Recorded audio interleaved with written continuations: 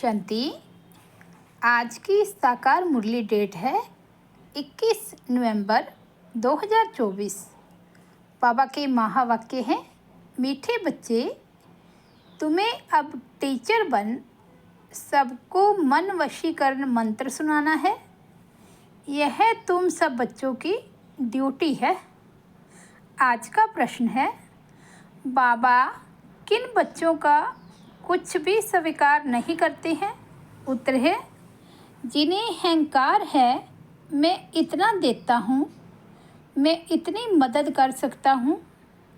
बाबा उनका कुछ भी स्वीकार नहीं करते। बाबा कहते, मेरे हाथ में चाबी है, चाहे तो मैं किसी को गरीब बनाऊं, चाहे किसको साहूकार बनाऊं। यह भी ड्रामा में राज है। जिन्हें आज अपनी साहूकारी का घमंड है, वे कल गरीब बन जाते और गरीब बच्चे बाप के कार्य में अपनी पाई पाई सफल कर साहूकार बन जाते हैं। ओम शांति। यह तो रूहानी बच्चे जानते हैं कि बाप आए हैं हमको नई दुनिया का वर्षा देने। यह तो बच्चों को पक्का है ना कि जितना हम बाप को याद करेंगे उतना पवित्र बनेंगे। जितना हम अच्छा टीचर बनेंगे उतना ऊंच पद पाएंगे। बाप तुम्हें टीचर के रूप में पढ़ाना सिखाते हैं, तुमको फिर औरों को सिखाना है। तुम पढ़ाने वाले टीचर जरूर बनते हो, बाकी तुम कोई का गुरु नहीं बन सकते हो, सिर्फ टीचर बन सकते हो। गुरु तो एक सतगुरु ही है, वे सिखलाते हैं। सर्व का सतगुरु एक ही है, वे टीचर बनाते हैं। तुम सबको टीच करके रास्ता बताते रहते हैं। सर्व का सतगुरु एक ही है, वे टीचर बनाते हैं। बाबा कहते, वे तुम सबको टीच करके रास्ता बताते रहते हो मन मना भव का। बाप ने तुम्हारे पर यह ड्यूटी रखी है कि मुझे याद करो और फिर टीचर भी बनो। तुम कोई को बाप का परिचय देते हो तो उनका भी फर्ज है बाप को याद करना। टीचर रूप में सृष्टि चक्र की नॉलेज देनी पड़ती है। बाप को जरूर याद करना पड़े। बाप की याद से ही पाप मिट जाने हैं। बच्चे जानते हैं हम पाप आत्मा हैं, इसलिए बाप सबको कहते हैं अपने को आत्मा समझ बाप को याद करो तो तुम्हारे पाप मिट जाएंगे। बाप ही पतित पावन है। युक्ति बताते हैं, मीठे बच्चे, तुम्हारी आत्मा पतित बनी है, जिस कारण शरीर भी पतित बना है। पहले तुम पवित्र थे, अभी तुम अपवित्र बने हो। अब पतित से पावन होने की युक्ति तो बहुत सहज समझाते हैं। बाप को याद करो तो तुम पवित्र बन जाएंगे। उठते बैठते चलते बाप को याद करो। वो लोग गंगा स्नान करते हैं तो गंगा को याद करते हैं, समझते हैं वे पतित पावनी है। गंगा को याद करने से पावन बन जाना है, परंतु बाप कहते हैं कोई भी पावन बन नहीं सकते हैं। पानी से कैसे पावन बनेंगे? बाप कहते हैं मैं पतित पावन हूँ। हे बच्चों, देह सहित देह के सब धर्म छोड़ मुझे याद करने से तुम पावन बन फिर से अपने घर मुक्ति धाम पहुंच जाएंगे। सारा कल्प घर को भूले हो। बाप को सारा कल्प कोई जानता ही नहीं है।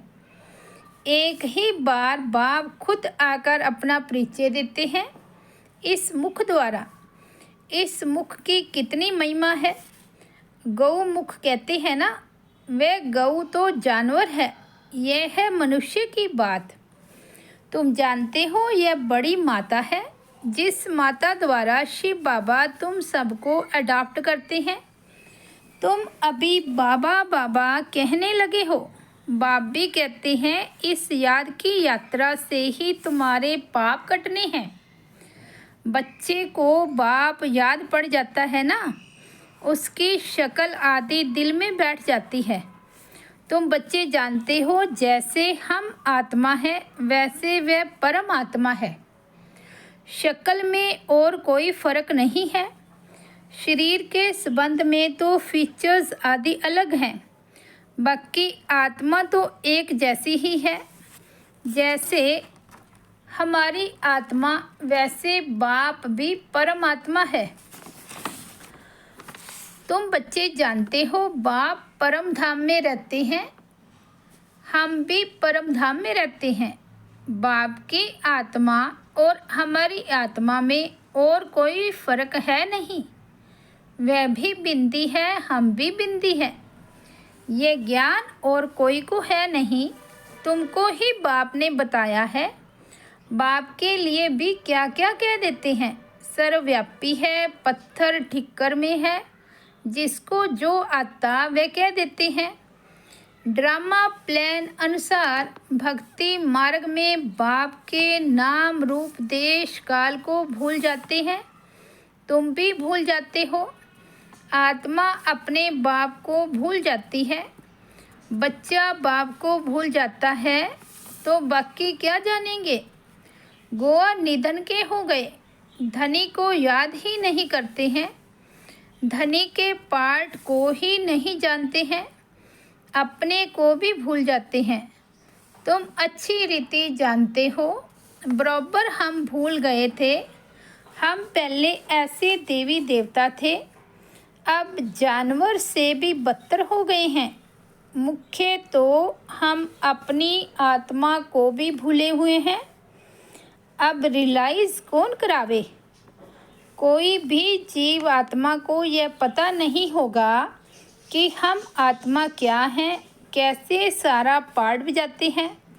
हम सब भाई भाई हैं, यह ज्ञान और कोई में नहीं है। इस समय सारी सृष्टि ही तमो प्रधान बन चुकी है, ज्ञान नहीं है। तुम्हारे में अब ज्ञान है, बुद्धि में आया। हम आत्मा इतना समय अपने बाप की ग्लानि करते आए हैं। ग्लानि करने से बाप से दूर होते जाते हैं, सीढ़ी नीचे उतरते गए हैं। ड्रामा प्लान अनुसार मूल बात हो जाती है बाप को याद करने की। बाप और कोई तकलीफ़ नहीं देते हैं, बच्चों को सिर्फ बाप को याद करने की तकलीफ़ है। बाप कभी बच्चों को कोई तकलीफ़ नहीं दे सकते। लॉ नहीं कहता, बाप कहते हैं मैं कोई भी तकलीफ़ नहीं देता हूँ। कुछ भी प्रश्न आदि पूछते हैं, कहता हूँ इन बातों में टाइम वेस्ट क्यों करते हो, बाप को याद करो। मैं आया ही हूँ तुमको ले जाने, इसलिए तुम बच्चों को याद की यात्रा से पावन बनना है। बस मैं ही पतित पावन बाप हूँ। बाप युक्ति बताते हैं, कहाँ भी जाओ बाप को याद करना है। 84 के चक्कर का राज भी बाप ने समझा दिया है। अब अपनी जांच करनी है, कहाँ तक हम बाप को याद करते हैं। बस और कोई तरफ का विचार नहीं करना है। यह तो मोस्ट इजी है, बाप को याद करना है। बच्चा थोड़ा बड़ा होता है तो ऑटोमेटिकली माँ बाप को याद करने लग पड़ता है। तुम भी समझो, हम आत्मा बाप के बच्चे हैं। याद क्यों करना पड़ता है? क्योंकि हमारे ऊपर जो पाप चढ़े हुए हैं वे इस याद से ही ख़त्म होंगे। इसलिए गायन भी है, 1 सेकंड में जीवन मुक्ति। जीवन मुक्ति का मदार पढ़ाई पर है और मुक्ति का मदार याद पर है। जितना तुम बाप को याद करेंगे और पढ़ाई पर ध्यान देंगे तो ऊंच नंबर में मर्तबा पाएंगे। धंधा आदि तो भल करते रहो, बाप कोई मना नहीं करते। धंधा आदि जो तुम करते हो वह भी दिन रात याद रहता है ना। तो अब बाप यह रूहानी धंधा देते हैं, अपने को आत्मा समझ मुझे याद करो और 84 के चक्र को याद करो। मुझे याद करने से ही तुम सतो प्रधान बनेंगे। यह भी समझते हो अभी पुराना चोला है, फिर सतो प्रधान नया चोला मिलेगा। अपने पास बुद्धि में तंत्र रखना है जिससे बहुत फ़ायदा होना है। जैसे स्कूल में सब्जेक्ट तो बहुत होते हैं, फिर भी इंग्लिश पर मार्क्स अच्छी होती है क्योंकि इंग्लिश है मुख्य भाषा। उन्हों का पहले राज्य था, इसलिए वह जास्ती चलती है। अभी भी भारतवासी कर्जदार हैं, भल कोई कितने भी धनवान हैं, परंतु बुद्धि में यह तो है ना कि हमारे राज्य के जो हेड्स हैं वे कर्जदार हैं। गोवा हम भारतवासी कर्जदार हैं। प्रजा जरूर कहेगी ना हम कर्जदार हैं। यह भी समझ चाहिए ना, जबकि तुम राजाई स्थापन कर रहे हो। तुम जानते हो हम सभी इन सब कर्जों से छूटकर सॉल्वेंट बनते हैं। फिर आधा कल्प हम कोई से भी कर्जा उठाने वाले नहीं हैं। कर्जदार पति दुनिया के मालिक हैं। अभी हम कर्जदार भी हैं, पति दुनिया के मालिक भी हैं। हमारा भारत ऐसा है, गाते हैं ना। तुम बच्चे जानते हो हम बहुत साहूकार थे, परिजादे परिजादियाँ थे। ये याद रहता है, हम ऐसे विश्व के मालिक थे। अभी बिल्कुल कर्जदार और पतित बन पड़े हैं। ये खेल की रिजल्ट बाप बतला रहे हैं। रिजल्ट क्या हुई है तुम बच्चों को स्मृति आई है। सतयुग में हम कितने साहूकार थे, किसने तुमको साहूकार बनाया। बच्चे कहेंगे बाबा आपने हमको कितना साहूकार बनाया था। एक बाप ही साहूकार बनाने वाला है। दुनिया इन बातों को नहीं जानती। लाखों वर्ष कह देने से सब भूल गए हैं, कुछ नहीं जानते हैं। तुम अभी सब कुछ जान गए हो। हम पद्मा पदम साहूकार थे, बहुत पवित्र थे, बहुत सुखी थे। वहाँ झूठ पाप आदि कुछ होता नहीं। सारे विश्व पर तुम्हारी जीत थी। गायन भी है, शिव बाबा आप जो देते हो वह और कोई दे नहीं सकता। कोई की ताकत नहीं जो आधा कल्प का सुख दे सके। बाप कहते हैं भक्ति मार्ग में भी तुमको बहुत सुख अथाह धन मिलता है। कितना हीरे जवाहरात थे जो फिर पिछाड़ी वालों के हाथ में आते हैं। अभी तो वह चीज़ ही देखने में नहीं आती है। तुम फर्क देखते हो ना। तुम ही पूज्य देवी देवता थे, फिर तुम ही पुजारी बने हो। आपे ही पूज्य, आपे ही पुजारी। बाप कोई पुजारी नहीं बनते हैं, परंतु पुजारी दुनिया में तो आते हैं ना। बाप तो एवर पूज्य है, वे कभी पुजारी होते नहीं। उनका धंधा है तुमको पुजारी से पूज्य बनाना। रावण का काम है तुमको पुजारी बनाना। यह दुनिया में किसको पता नहीं है, तुम भी भूल जाते हो। रोज़ रोज़ बाप समझाते रहते हैं। बाप के हाथ में है, किसको चाहे साहूकार बनावे चाहे गरीब बनावे। बाप कहते हैं जो साहूकार हैं उन्हों को गरीब जरूर बनना है, बनेंगे ही। उन्हों का पार्ट ऐसा है, वे कभी ठहर ना सके। धनवान को अहंकार भी बहुत रहता है ना, मैं फलाना हूँ, यह हमको है। घमंड तोड़ने के लिए बाबा कहते हैं यह जब आएंगे देने के लिए तो बाबा कहेंगे दरकार नहीं है, ये अपने पास रखो।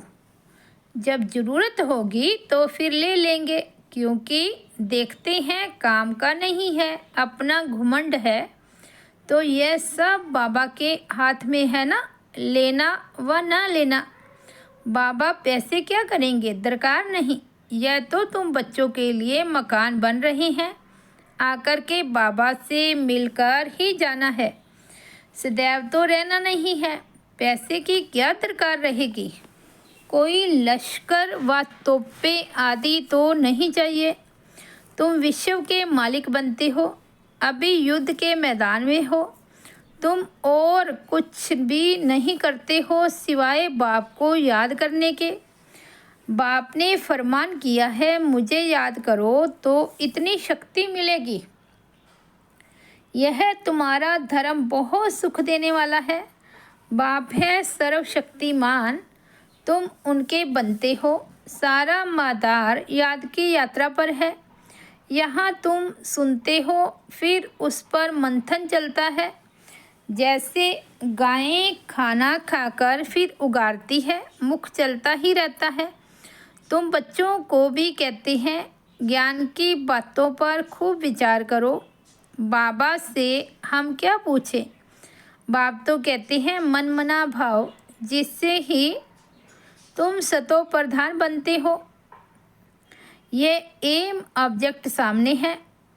तुम जानते हो सर्वगुण संपन्न 16 कला संपन्न बनना है।